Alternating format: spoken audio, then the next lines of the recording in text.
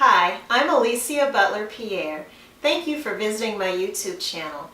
The episode that you're about to listen to is a pre-recording of my podcast, The Business Infrastructure Curing Back Office Blues Show.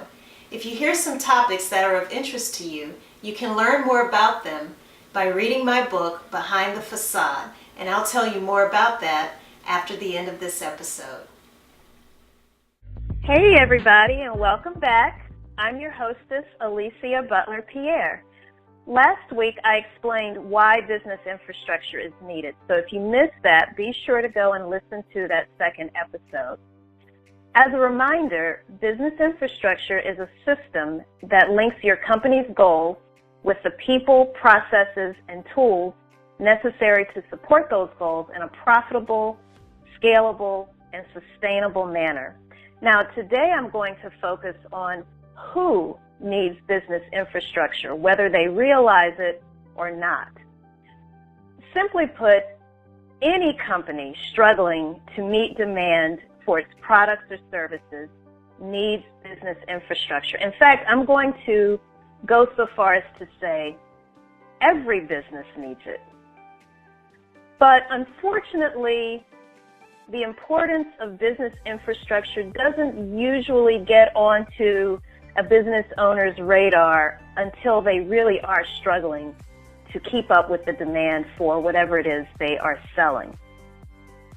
Now, there's a requirement, a very key requirement in order to implement business infrastructure in these fast-growing small businesses. And that requirement is you as the entrepreneur or the owner of the business have to be willing to let go. And what do I mean by that? Recognizing that with growth, especially with fast growth, you almost always have to hire people.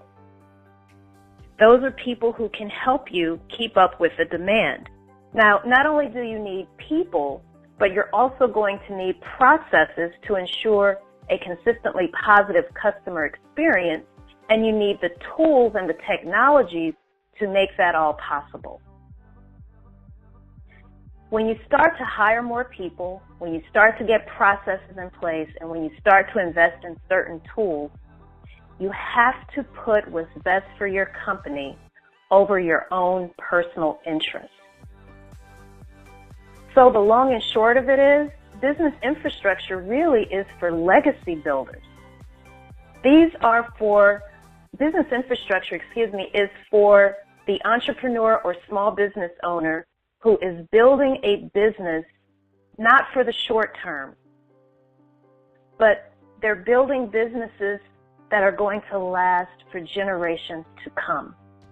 They're building something that can be expanded upon in the future, even if you as the entrepreneur or business owner might not be there to see it become as big as it can become. Now, in setting up a business infrastructure for your fast-growing company, not only will you need people, processes, and tools, but you might also need an infusion of cash, like Sandy Lerner did. And when you need that infusion of cash, that can also mean getting even more people involved in how you run your business. So you're going to get all these people telling you what to do and how to do it. Now, Sandy Lerner was truly ahead of her time. And if you don't know about her, please look her up. She has an incredible story. Sandy is the co-founder of Cisco Systems. And if you aren't familiar with Cisco, which I can't imagine you wouldn't be, but for those of you who might be unfamiliar with Cisco, Cisco is the maker of the first commercially viable router that allowed different types of computers to be able to network or communicate with each other. It's what we today know as a LAN, or a local area network.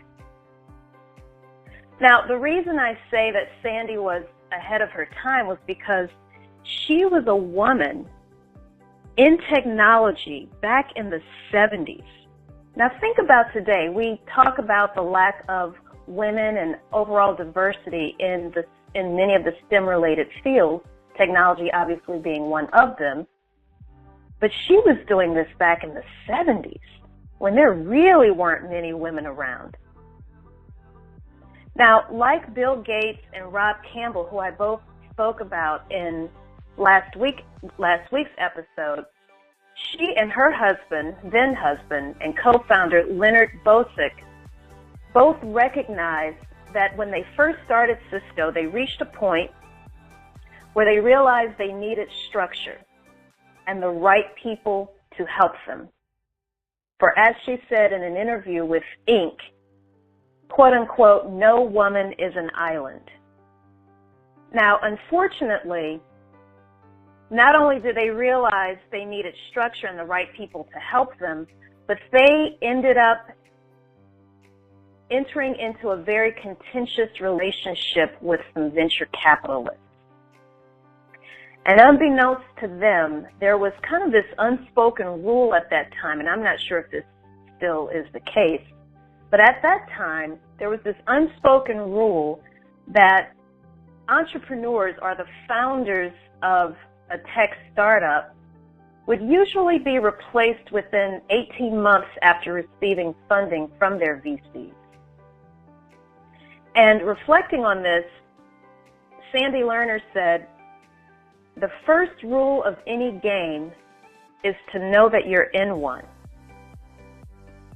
I'm going to read to you a quote from a magazine article, Inc. magazine, entitled, "The Investor is Not Your Friend." This is actually an interview of Sandy Lerner. And she said, "My family had a small business. I always thought that if someone invested in your business, that meant he or she believed in it. I assumed our investor supported us because his money was tied up in our success. I did not realize he had decoupled the success of the company from that of the founders. I don't believe all VCs are adversarial, but the first thing I tell everyone is, get your own lawyer. My second piece of advice is to separate yourself from the company. What is good for you is not necessarily good for the company and vice versa. At Cisco, I made every decision based on what was good for the company, and that pretty much ruined my marriage and my health. Lynn and I believed a company and its founder are the same, and they absolutely are not." Now, I watched a separate interview with Sandy Lerner that you can also look up online. If you just do any type of search for Sandy Lerner and Inc. magazine, you'll see all of these videos and magazine articles that I'm referencing. But in this particular interview, she said, to be successful, you have to build systems and not just respond. Use a systems approach to solve problems.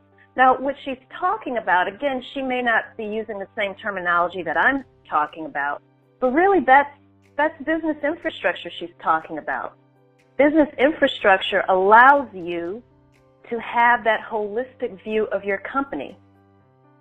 Because business infrastructure is all about linking the people, processes, and tools in your company, it forces you, or I should say enables you, to be able to understand that a change in one of those areas can have an impact on the others. But if you look at everything in silos, you aren't able to see the impact that a change in one area can have on everything else. But when you link everything together, you're able to see that if I do something over here, what could potentially happen, or what would be the impact or the effect in other areas or aspects of my business?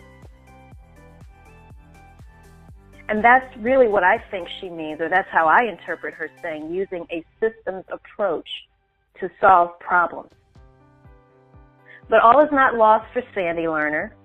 After she was fired from Cisco, she went on to become a philanthropist, and she started many other successful companies. And again, I highly encourage you, if you don't know her story, definitely look her up. Now, I shared the example about Sandy and her husband and what happened with them and the company that they originally built, Cisco Systems, as a cautionary tale. That cautionary tale being, don't grow alone. Burnout is real. As she just said from the quote that I read to you, it almost ruined her health, and it did ruin her marriage. There's a lot that you know, but there's even more that you don't know. I remember years ago, I was asked to speak at a church, and I was talking about this very topic of who business infrastructure is actually for, and really trying to plead the case for why it's needed, especially when you have more business than you can handle and you need to be able to take a really deep dive into the operational aspects of your company. And someone challenged me. Someone sitting in the audience challenged me on it. And finally I told him, even Jesus had disciples. Just as the president has cabinet members as advisors. My point is, don't grow alone. With growth means you're going to have to hire more people. You're going to have need to have the processes in place to make sure that people know what the heck to do. And you're going to have certain technologies and tools in place to make sure that everything is running as smoothly and as seamlessly and as efficiently as possible. But I get it. You know, your business is like your baby. Whether you inherited it, you adopted it, or you gave birth to the idea that led to your business, you might feel that nobody else can do things like you can. But I just caution you to be careful of your ego. Ego is the Latin word for I. And the more you focus on the I and what's good for me, it's all about me, and you focus less on what's actually good for your company and the people who work for your company, you're almost sure to set yourself up for failure. So be careful to not get in the way of your own success. Now, growth looks different to different companies. There are some of you, when we talk about growth, it could be that you are graduating from the startup phase to a next phase, but still considered to be a small business. But when you make the leap from small to mid-sized business and then from mid-sized to a large enterprise that's possibly going to be publicly traded, just know that there is a difference between the CEO of a small business and being the CEO of a publicly traded company. It requires a completely different mindset as well as skill set. When you make the transition, or compare actually I should say, the CEO of a small privately held company versus the CEO of a large publicly traded company, they have different people that they have to please. Smaller privately held businesses tend to be more customer-centric, whereas larger publicly traded companies tend to be more shareholder-centric. And see, for a person like Sandy Lerner, she was all about the customer. But once those VCs came in and brought the money and the people and some additional tools and processes, getting them that business infrastructure that they needed, they started to shift from being customer-centric to shareholder-centric, and there was a clash. And sure enough, she was ousted from the very company that she started. So if you consider yourself to be ambitious and you're willing to cast aside any potential debilitating insecurities or a possible inflated ego that you may have, then you're well on your way to building a sustainable, long-lasting company. Because here's one thing I know for sure, there is nothing cute about being a jack of all trades and a master of none. Now that you know what business infrastructure is, why it's needed, and who needs it, you might be wondering when it's needed. It's that age-old, which comes first, the chicken or the egg? So stay tuned for next week when I'll answer that very question. In the meantime, you may have noticed by now that I'm really trying to lay the foundation for business infrastructure by answering who, what, when, where, why, and how. But if you want to start rolling up your sleeves now to learn how to use that systems approach that Sandy Lerner talks about in solving any operational problems or challenges you may be having in your company, then check out a free report that I've prepared for you. If you go to processforcashflow.com, you can download a free report called How to Use Business Processes to Increase Cash Flow. Again, that's available at processforcashflow.com. You'll be able to get a sneak peek into how processes are used to create business infrastructure for your fast-growing company. Are you learning something from these episodes? I sure hope so. Then don't keep it to yourself. Like, comment, and share this information with your colleagues. We have to look out for each other. And as always, you can connect with me on LinkedIn or Twitter. Just look for me at Alicia Butler Pierre. And that's all I have for now, everybody. Thanks so much for taking time to listen to me, and I'll talk to you the next time. Thank you for tuning in. I hope you enjoyed what you heard. If so, be sure to like the video and be sure to subscribe so that you'll be the first to know when our next episode airs.